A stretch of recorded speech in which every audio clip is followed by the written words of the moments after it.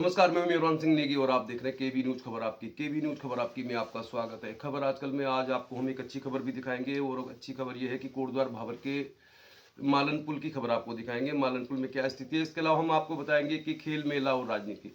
खेल मेला और राजनीति में हम दो खबरों पर चर्चा करेंगे। एक तो उत्तराखंड में हो रहे राष्ट्रीय खेल, पता नहीं कितने 100 करोड़ रुपए के खर्चे से राष्ट्रीय खेलों को आयोजित किया जा रहा है। इस राष्ट्रीय खेल प्रतियोगिता में उत्तराखंड की स्थिति है क्या और इसमें कौन सी ऐसी चीज़ें हैं जिनको लेकर काफ़ी विवाद भी है, जो आपको नहीं दिखाया जा रहा है, लेकिन बहुत सारे मीडिया में और बहुत सारे समाचार पत्रों में ये खबरें छपी हुई हैं कि राष्ट्रीय खेलों में उत्तराखंड की ओर से रिप्रेजेंट कर रहे खिलाड़ियों में ऐसे भी खिलाड़ी हैं जो उत्तराखंड के रहने वाले नहीं हैं, मतलब उत्तराखंड से बाहर के खिलाड़ियों को उत्तराखंड की टीम में स्थान दिया गया है। इस तरह की खबरें समाचार पत्रों में भी प्रमुखता से छपी हुई हैं और देहरादून से चलने वाले एक दो चैनलों में भी ये खबरें बड़ी विस्तार के साथ छपी हुई है, जिनमें खिलाड़ी भी अपनी बात रख रहे हैं और इसमें बॉबी कुमार की भी बात है। तो कण्वाश्रम का मेला भी संपन्न हो गया। 3 दिनों या 5 दिनों तक चलने वाला मेला एक दिन में खत्म हो गया। तो मेला आयोजन समिति जो थी उनके पास फंड नहीं था, साफ सी बात है। तो इस मेले के फ्लॉप होने के पीछे हम ये नहीं कह सकते कि आयोजन समिति का प्रयास नहीं था। आयोजन समिति के अध्यक्ष राजगौरव नौडियाल ने जब 2 साल पहले इस मेले की कमान संभाली थी तो नरेंद्र सिंह नेगी आए थे और खेल के भी कार्यक्रम थे, महिलाओं के भी कार्यक्रम थे। खूब सुपरहिट रहा मेला। पिछले साल भी मेले में लगभग ठीक ठाक गतिविधियां थी और इस बार मेला एक दिन में ही फ्लॉप हो गया, मतलब एक दिन में ही मेला खत्म हो गया।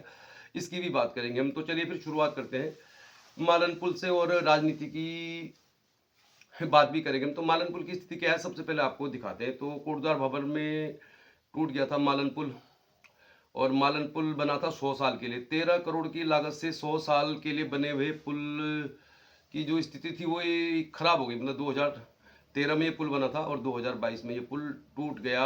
कौन जिम्मेदार था, इसकी विजिलेंस जांच की बात की जा रही थी। अभी तक विजिलेंस जांच की रिपोर्ट नहीं आई, लेकिन मालन पुल को लेकर अच्छी खबर ये है कि ये पुल संभवतः बरसात से पहले आवागमन के लिए शुरू हो जाएगा।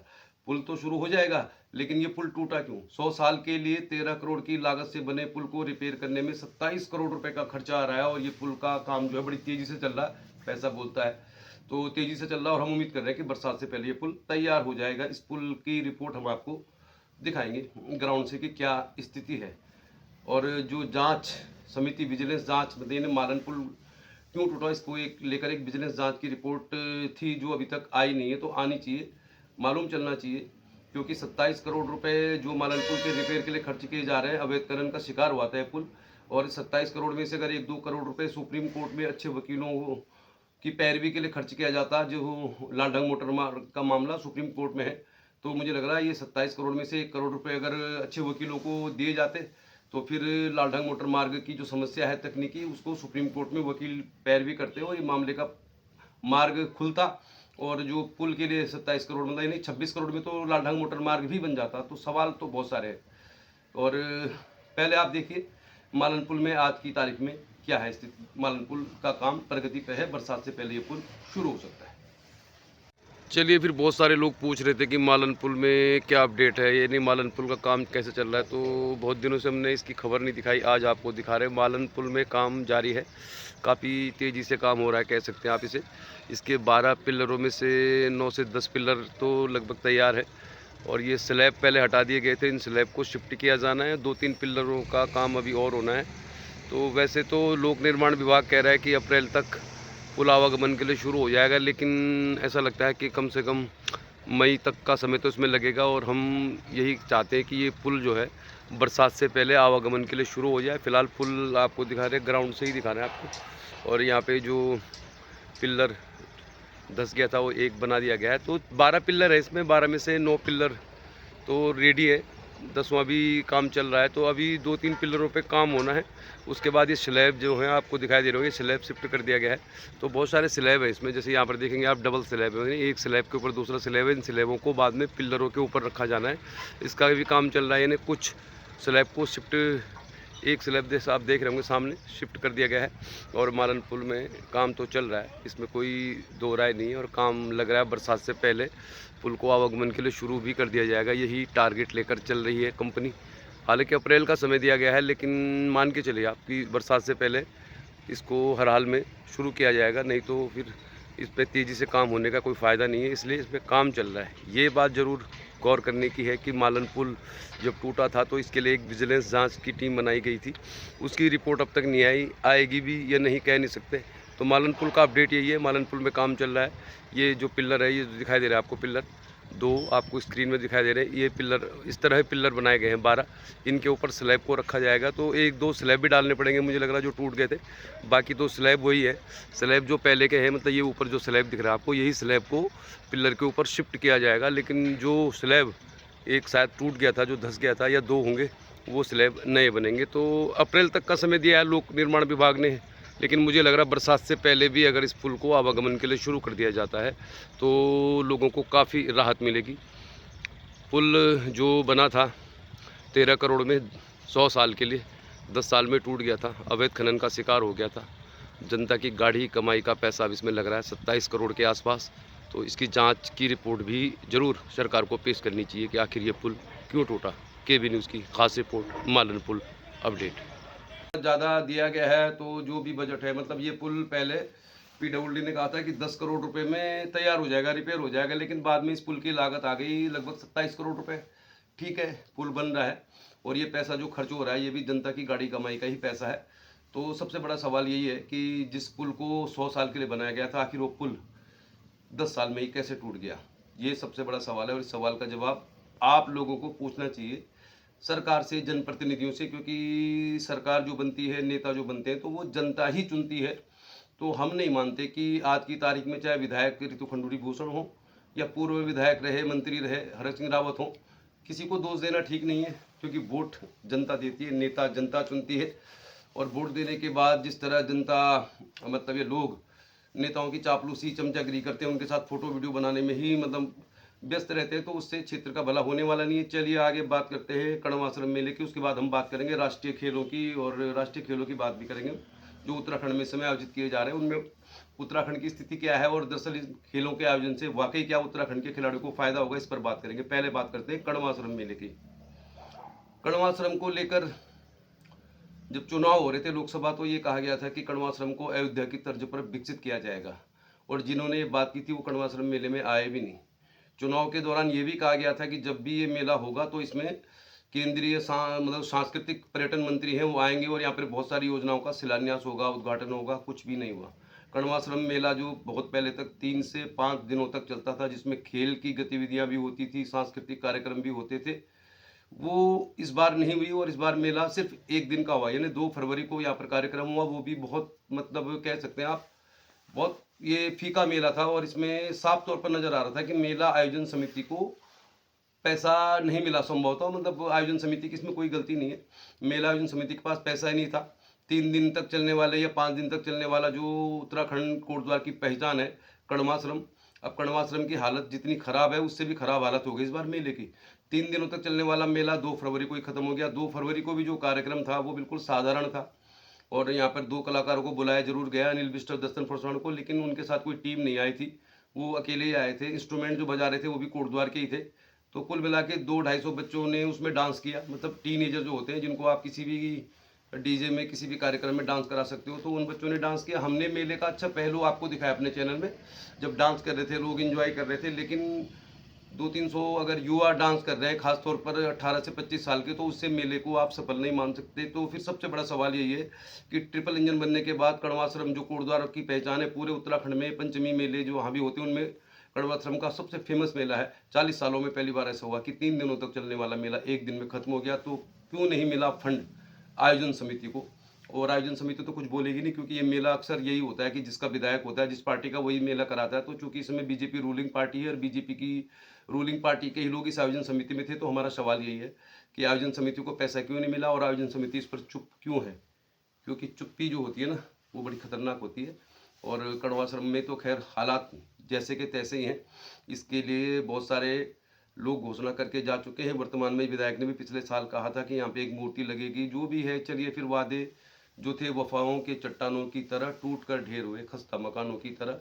कण्वाश्रम को लेकर हम यही कहेंगे कि कोटद्वार की पहचान है और इसके लिए बहुत बड़ी बड़ी बातें होती रही है। मतलब कांग्रेस पार्टी के भी मुख्यमंत्री यहाँ पर आए, कांग्रेस ने भी इस कण्वाश्रम के विकास के लिए बहुत बड़ी घोषणाएं की। बीजेपी तो उससे भी आगे रही, लेकिन कण्वाश्रम जैसे का तैसा ही है।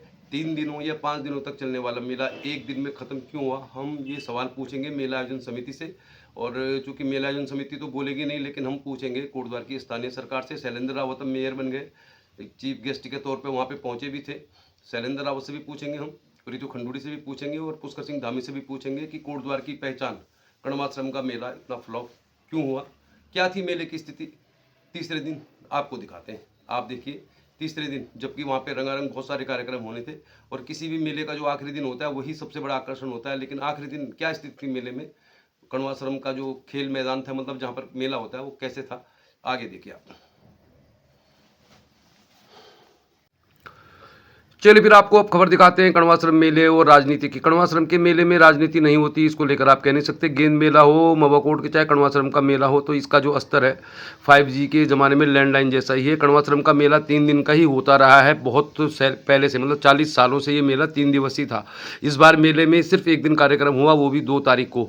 तो तीसरे दिन का कार्यक्रम नहीं हुआ, मैदान खाली था। आप देखेंगे, हमारे वीडियो में देख रहे होंगे आप, वहाँ पे साउंड नहीं है, चेयर नहीं है, कुछ नहीं है, यानी कि आयोजन समिति के पास पैसा नहीं था। तो इसमें आयोजन समिति का दोष नहीं है, सरकार को ही फंड उपलब्ध कराना था इस मेले के लिए, और 3 दिन चलने वाला मेला एक दिन में ही बंद हो गया। यानी फ्लॉप मेला क्यों हुआ, इसके पीछे भी कोई राजनीति है क्या?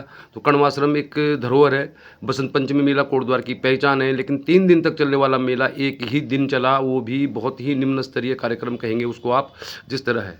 खेल के अंदर जो राजनीति होती है, राजनीति के अंदर जो खेल होता है, वो अक्सर लोगों को दिखाई नहीं देता। उत्तराखंड में राष्ट्रीय खेल हो रहे हैं, जाहिर है कि जब राष्ट्रीय खेल होंगे जिसमें मतलब पूरे 22 जो राज्य उनके खिलाड़ी हिस्सा लेंगे, तो सैकड़ों करोड़ रुपए का इसमें बजट भी खर्च होगा। उत्तराखंड को क्या हासिल होगा? अभी तक की जो स्थिति है, तो अभी तक उत्तराखंड की जो स्थिति है वो बहुत ख़राब है। मतलब 20-22 राज्यों के इस टूर्नामेंट में, इस खेल प्रतियोगिता में उत्तराखंड की स्थिति 15वें नंबर पर है, जिसमें भी बैडमिंटन में ही उत्तराखंड को मेडल मिले हैं। एक मेडल मिला है गोल्ड योगा में, और एक संभवतः मिला है वुशु में, जिन खेलों को लोग जानते भी नहीं है। तो सबसे बड़ा सवाल यही है कि जब उत्तराखंड में खेलों का जो इंफ्रास्ट्रक्चर है वो विकसित ही नहीं है, देहरादून, हल्द्वानी 2-3 शहरों को अगर छोड़ दे, तो पूरे उत्तराखंड के जिलों में खेलों की कोई व्यवस्था ही नहीं है। राष्ट्रीय खेलों में बहुत तरह के खेल होते हैं, लेकिन यहाँ पे बहुत सारे ऐसे खेल हैं जिनके लिए यहाँ पे नाम मात्र के लिए खेल आयोजन समिति बनी होगी, लेकिन इन खेलों की कोई मतलब यहाँ पे तैयारी नहीं है, कोई इंफ्रास्ट्रक्चर नहीं है, खिलाड़ियों को तैयार नहीं किया जाता। तो फिर उत्तराखंड की सरकार ने राष्ट्रीय खेलों को आयोजित किया, ये बहुत बड़े गौरव की बात जरूर है, लेकिन उत्तराखंड के खिलाड़ियों को इससे कोई लाभ होने वाला नहीं है। और पौड़ी की अगर हम बात करें, क्योंकि बहुत तरह की शिकायतें इसमें आ रही हैं और इस तरह की खबरें मतलब समाचार पत्रों में भी छपी है, बहुत सारे देहरादून से चैनल जो चलाते हैं उन लोगों ने इसकी बाकायदा पूरी विस्तृत जानकारी दी है कि इस खेल आयोजन से बहुत सारे विवाद जुड़े हुए हैं। और इस तरह का विवाद सबसे बड़ा है कि उत्तराखंड के खिलाड़ियों की जगह उन बाहर के राज्य के खिलाड़ियों को भी इसमें स्थान दिया गया जो यहाँ के निवासी नहीं है। तो फिर इससे क्या फ़ायदा होगा? एक मेडल मिला है योगा में, एक मेडल मिला है संभवतः वुशु में गोल्ड, कुछ मेडल मिले हैं बैडमिंटन में। तो जब यहाँ पर इतने सारे खेलों की व्यवस्थाएं नहीं है, तो फिर इस तरह के खेल आयोजन में जो सैकड़ों करोड़ रुपए खर्च किया जा रहा है, उनकी जगह पूरे जिलों में अगर खेल अकादमियाँ खोली जाती, खेलों के लिए मैदान विकसित किए जाते हैं। अब हॉकी की बात करें, हॉकी होता है एस्ट्रोटर्फ में, और मुझे लग रहा है केवल उत्तराखंड में या तो महाराणा प्रताप स्पोर्ट्स कॉलेज में या फिर हरिद्वार में 1-2 एस्ट्रोटर्फ होंगे। तो फिर ये जो उत्तराखंड है, इसमें जब खेलों की सुविधाओं के बुनियादी ढांचा ही विकसित नहीं है, बहुत सारे खेल तो ऐसे कि जो होते ही नहीं उत्तराखंड में, लेकिन इसके बावजूद राष्ट्रीय खेल कराए गए। हालांकि खेल आयोजन को लेकर हमें कोई शिकायत नहीं है, बढ़िया खेल हुए, खिलाड़ी भी खुश हैं, लेकिन उत्तराखंड के खिलाड़ियों के लिए सबसे ज़्यादा है जरूरी सरकार उनका बुनियादी ढांचा विकसित करे, हर जिले में, हर ब्लॉक में वो तमाम तरह की सुविधाएं हों। खासतौर पर कम से कम जो हिंदुस्तान में पॉपुलर खेल है, हॉकी है, फुटबॉल है, वॉलीबॉल है, बैडमिंटन है, टेबल टेनिस है, इस तरह के एथलेटिक के जो खेल हैं उनकी सुविधाएं तो सरकार को मुहैया करानी चाहिए। और वो सुविधाएं जब तक विकसित नहीं होती, तो फिर सीनियर लेवल पर, राष्ट्रीय स्तर पर खेल कराने से उत्तराखंड के खिलाड़ियों को उतना लाभ नहीं होगा जितना खर्चा इस आयोजन में हो रहा है। पौड़ी गढ़वाल के नेताओं की हम खासतौर पर बात करेंगे। राष्ट्रीय खेलों में आप देख रहे होंगे कि चंपावत, टिहरी, ऋषिकेश, हरिद्वार, देहरादून, हल्द्वानी, काशीपुर, रुद्रपुर, अल्मोड़ा, बहुत जगह खेल हो रहे हैं, मतलब खेल की स्पर्धाएं हो रही। पौड़ी गढ़वाल में एक भी खेल नहीं हुआ। तो पौड़ी गढ़वाल के जो 4 पूर्व मुख्यमंत्री हैं, पौड़ी गढ़वाल के वर्तमान में सांसद हैं, विधायक हैं, तो फिर भाई पौड़ी में ऐसी ही सुविधाएं नहीं है। मतलब लगाइए कोटद्वार में कुछ खेल नहीं हो रहा, योगासन भी नहीं हो रहा पौड़ी में। तो कहने का मतलब यही है कि पौड़ी गढ़वाल में खेलों की स्थिति हो, चाहे राजनीति में पलायन की स्थिति हो, विकास की स्थिति हो, कोटद्वार में लालढांग मोटर मार्ग, कण्वाश्रम, या जो भी चीज़ें थी उनके लिए सरकार कुछ भी काम नहीं कर रही है और तमाम जिलों में खेल प्रतियोगिताएं आयोजित की जा रही है, हिस्सा भी ले रहे हैं लोग, दर्शक भी जा रहे होंगे, लेकिन पौड़ी गढ़वाल में कोई भी खेल के लिए कोई स्थान ही नहीं है। उत्तराखंड बनने के 23 साल बाद भी पौड़ी गढ़वाल की स्थिति ये है कि पौड़ी गढ़वाल में इस राष्ट्रीय खेलों की कोई प्रतियोगिता आयोजित नहीं की गई है। यहाँ तक कि पौड़ी में भी नहीं की गई है। तो फिर पौड़ी के जो नेता हैं, पौड़ी गढ़वाल के जो खास तौर पे सरकार में इस समय शामिल मंत्री हैं, चाहे वो धन सिंह रावत हों, चाहे सतपाल जी महाराज हों, आपसे हम सवाल पूछना चाहते हैं कि राष्ट्रीय खेल हो रहे हैं उत्तराखंड में, तो फिर पौड़ी गढ़वाल में कोई भी खेल का आयोजन क्यों नहीं किया गया? मतलब कोई भी ऐसा वेन्यू नहीं है जो पौड़ी गढ़वाल में हो। तो क्योंकि पौड़ी गढ़वाल में राजनीति बहुत ज़्यादा है, नेता बहुत ज़्यादा है और ज़्यादा ही नेता है। मतलब 4 पूर्व मुख्यमंत्री वर्तमान में सारे जो विधायक हैं वो बीजेपी के हैं, सांसद भी गढ़वाल के अनिल बलूनी जी वो भी बीजेपी के हैं, लेकिन पौड़ी गढ़वाल में कोई भी खेल नहीं हुआ। इस सवाल का जवाब पौड़ी गढ़वाल के तमाम नेताओं को देना चाहिए, कम से कम जो सरकार में शामिल है। कण्वाश्रम को लेकर कहा गया था कि भाई कण्वाश्रम को अयोध्या की तर्ज पर विकसित किया जाएगा। चुनाव में ये कहा गया था कि जब भी कण्वाश्रम का मेला होगा तो इसमें जो केंद्रीय संस्कृति या पर्यटन विभाग से संबंधित मंत्री आएंगे और बहुत सारे यहाँ पे कार्यों का शिलान्यास होगा। तो फिर सबसे बड़ा सवाल क्या हुआ? तेरा वादा। मतलब वही है, वादे जो थे वफाओं के चट्टानों की तरह टूट कर ढेर हुए, खस्ता मकानों की तरह। फिलहाल उत्तराखंड के पौड़ी गढ़वाल की स्थिति जितनी खराब है उससे खराब स्थिति कोटद्वार की है। और कण्वाश्रम का मेला दर्शाता है कि कण्वाश्रम तो खैर विकास के मानचित्र पे कहीं है ही नहीं। कण्वाश्रम तो आज भी वहीं का वहीं है, लेकिन मेला भी इतना फ्लॉप था कि इसकी जिम्मेदारी कौन लेगा? ट्रिपल इंजन की सरकार बनने के बाद भी कण्वाश्रम का मेला फ्लॉप था, सुपर फ्लॉप। मेला आयोजन समिति को पैसा क्यों नहीं मिला? अगर इस बार क्यों नहीं मिला? और साल तो मिलता ही था और सालों से मेला हो रहा है। मतलब 25-30 सालों से जो स्थानीय पार्टी होती है वही मेले के आयोजन में संभवतः फंड मुहैया कराती होगी आयोजन समिति को। और इसी आयोजन समिति ने 2 साल पहले नरेंद्र सिंह नेगी को बुलाया था, खेल भी कराए थे, बहुत सारे कार्यक्रम कराए थे। पिछले साल भी कार्यक्रम ठीक ठाक ही था लगभग। तो इस बार ऐसा क्या हो गया? क्या इसमें अंदरूनी राजनीति है? क्या शैलेंद्र रावत के मेयर बनने के बाद ये जो मेले की स्थिति है इसको लेकर हम सवाल जरूर पूछेंगे, क्योंकि ये पहचान है हमारे शहर की। कण्वाश्रम का मेला, भीड़ बहुत ज़्यादा थी, लेकिन मेला क्यों हुआ फ्लॉप? क्यों नहीं मिला मेला आयोजन समिति को फंड? इस सवाल का जवाब मेला आयोजन समिति को भी देना चाहिए और उन तमाम लोगों को देना चाहिए जो मतलब बहुत सारी बातें तो करते हैं लेकिन मुद्दे की बात जब आती है तो मौन साध लेते हैं। चलिए फिर आज के लिए इतना ही। देखते रहिए केबी न्यूज़, खबर आपकी। नमस्कार।